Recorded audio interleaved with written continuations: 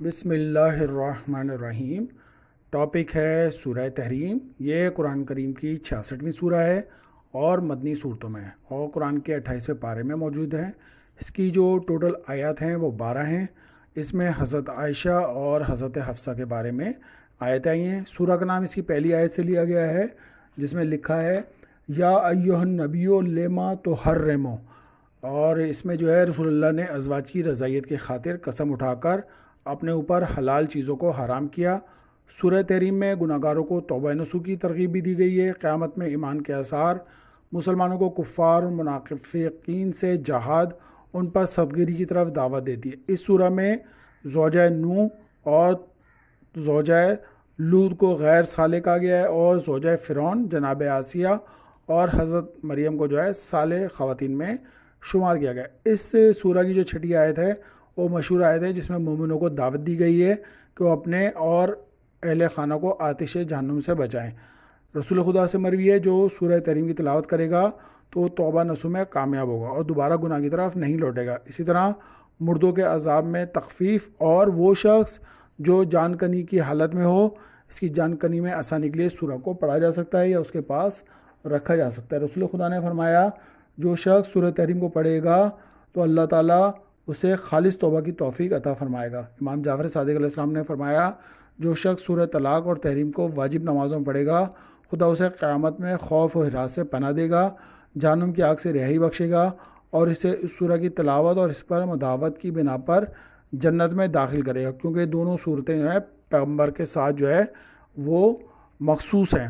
اس کی جو سورہ ہے اس کو سورہ نبی، لما تحرمہ اور المحترم کے نام سے بھی سورہ کو یاد کیا گیا۔ اس کے جو مضامین ہیں اس میں بیسکلی عتاب ازواج نبی ہیں سے شروع ہوتی ہے کہ تم نے ازواج کی خوشنودی کی خاطر حلال خدا کو اپنے اوپر کیوں حرام کرتے ہو۔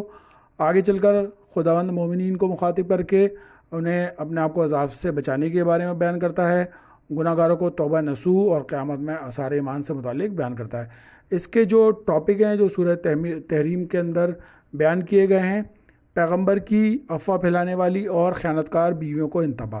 اس کی 1 سے لے کر 5 تک میں پیغمبر کی بیویوں کی خیانت پر اللہ کی طرف سے رسول کی حمایت، اللہ کی طرف سے رسول کی عاطفی حمایت کی گئی ہے۔ پیغمبر کی بیوی کی خیانت فاش ہونا، اللہ اور اس کے لشکر کا پیغمبر کی حمایت کرنا، اس میں مولا کائنات کا بھی ذکر ہے۔ خائن بیویوں کو طلاق کی دھمکی دینا۔ اس کے علاوہ جو اس کی جو آیت نمبر 6 سے لے کر 9 ہے، خیانت کرنے والوں کے مقابلے میں پیغمبر اور مومنوں کی ذمہ داری۔ مومنوں کی ذمہ داریاں: پیغمبر کے مخالف سے کس قسم کے تعاون سے اجتناب، پیغمبر کے مخالفوں سے تعاون پر توبہ کرنا، پیغمبر کی ذمہ داری افواہ پھیلانے والوں سے سخت مقابلہ ہے۔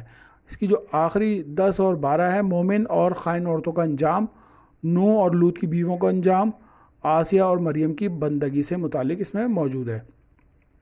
اس میں جو لکھا ہے کہ اس کی جو آخری آیت میں ہے جس میں رسول خدا جو ہے ماریہ کے گھر گئے تھے تو حضرت عائشہ اور جناب حفصہ نے جو ہے اعتراض کیا تھا، تو رسول خدا نے قسم کھائی کہ ماریہ کے نزدیک نہیں جائیں گے۔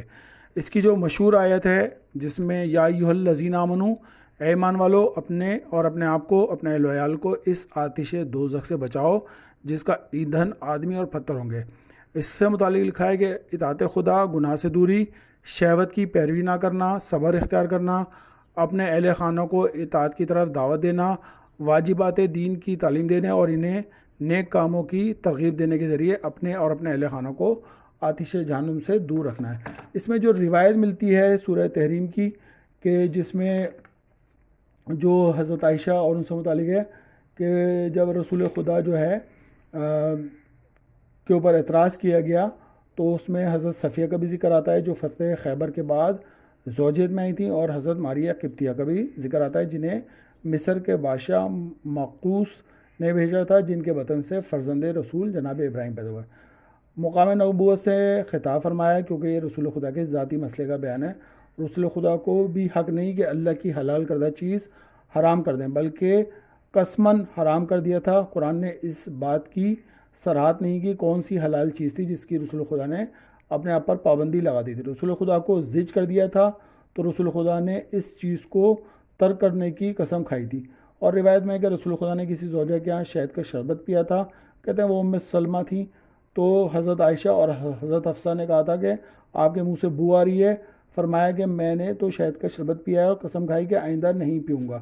مطلب یہ حضرت حفصہ کے پاس جب گئے تو انہوں نے کہا رسول خدا سے کہ آپ کے منہ سے بو آ رہی ہے، تو رسول خدا کو بات ناگوار ہوئی۔ پھر جب حضرت عائشہ کے پاس گئے تو انہوں نے بھی یہی بات کی۔ دوسری روایت جو حضرت عائشہ کے گھر گئے تو وہ گھر میں نہیں تھی، تو جناب ماریہ کے گھر تشریف لے گئے، جس کا حضرت حفصہ کو علم ہو گیا تھا، تو رسول خدا نے حفصہ سے فرمایا اس بات کو پوشیدہ رکھو، میں نے ماریہ کو اپنے اوپر حرام کر دیا ہے، یعنی قسم کھا کر۔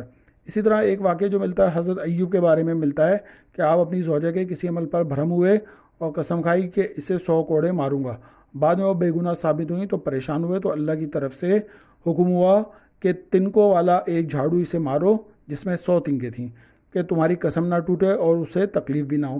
جو تیسری روایت ملتی ہے حضرت حفصہ سے کہ حضرت حفصہ جو ہے رسول خدا نے راز کی بات کی تھی، حضرت حفصہ اور اس راز کو جو ہے انہوں نے جناب عائشہ رضی اللہ تعالیٰ عنہ کو جا کے فوراً جو ہے وہ بیان کر دیا تھا، اور رسول خدا نے جو ہے ان کو منع کیا تھا، اور کہتے ہیں ان کو جو ہے رجی طلاق دے دی تھی، اور ان کو خلافت کے بارے میں بھی ایک یہ روایت ملتی ہے۔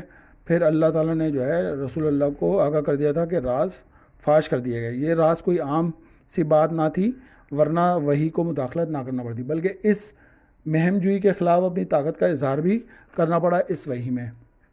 حضرت حفصہ کو گمان ہوا کہ آپ کو یہ کیسے پتہ چلا، میں تو صرف عائشہ کو بتایا تھا، تو نبی نے کہا کہ مجھے پروردگار عالم نے بتایا ہے۔ یہ گمان جناب حفصہ کا دور ہو گیا، کیونکہ دونوں ہم راز، ہم گام، ہم فکر، ہم خیال تھیں۔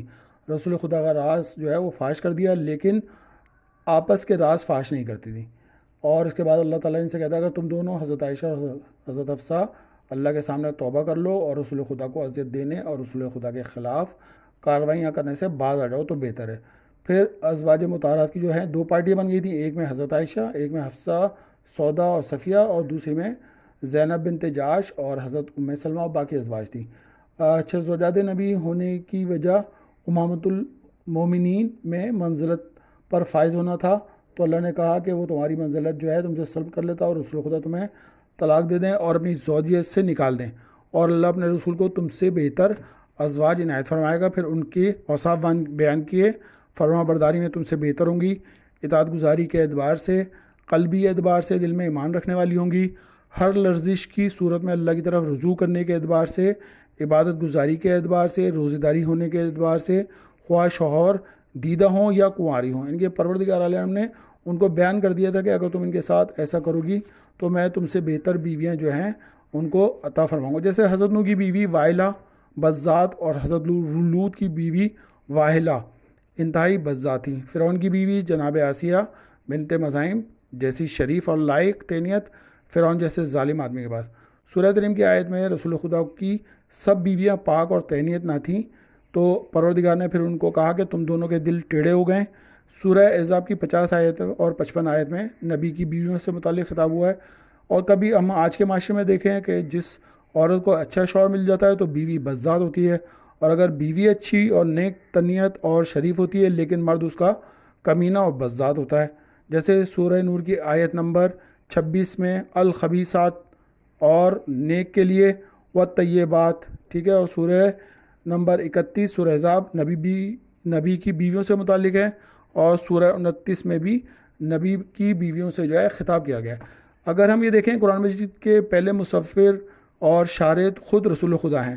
اس کے بارے میں قرآن فرماتا ہے سورہ نحل کی آیت نمبر 64 وَمَا أَنزَلْنَا عَلَيْكَ الْكِتَابَ إِلَّا، اور ہم نے صرف اس لیے آپ پر کتاب نازل کی تاکہ وہ باتیں ان کے لیے واضح طور پر بیان کریں جن میں یہ لوگ اختلاف کر رہے ہیں۔ رسول کریم کے بعد ولی اعظم امام المتقین امیر المومنین حضرت علیہ السلام سے متعلق آیت آئی وما یعلم تاویل الا اللہ والراسخون فی العلم، اللہ اور راسخون فی العلم کے علاوہ اس کی تاویل اور کوئی نہیں کر سکتا۔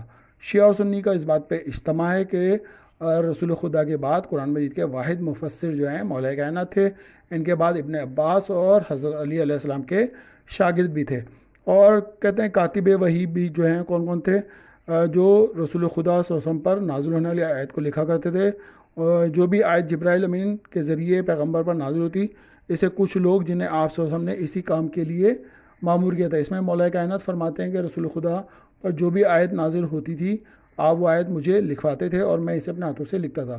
زید بن حارثہ بھی کہتے ہیں کہ ہم رسول اللہ کے پاس تھے اور وحی کے بعد لکھے ہوئے اوراق کو جمع کیا کرتے۔ اسی طرح کچھ اور مشہور کاتب وحی کے نام بھی بتائے، مثلا معاذ بن جبل، عثمان بن عفان، ابی بن کعب۔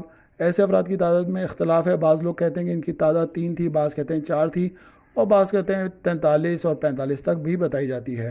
اور یہ قرآن مجید جو ہے کس تاریخ کو جمع کیا گیا؟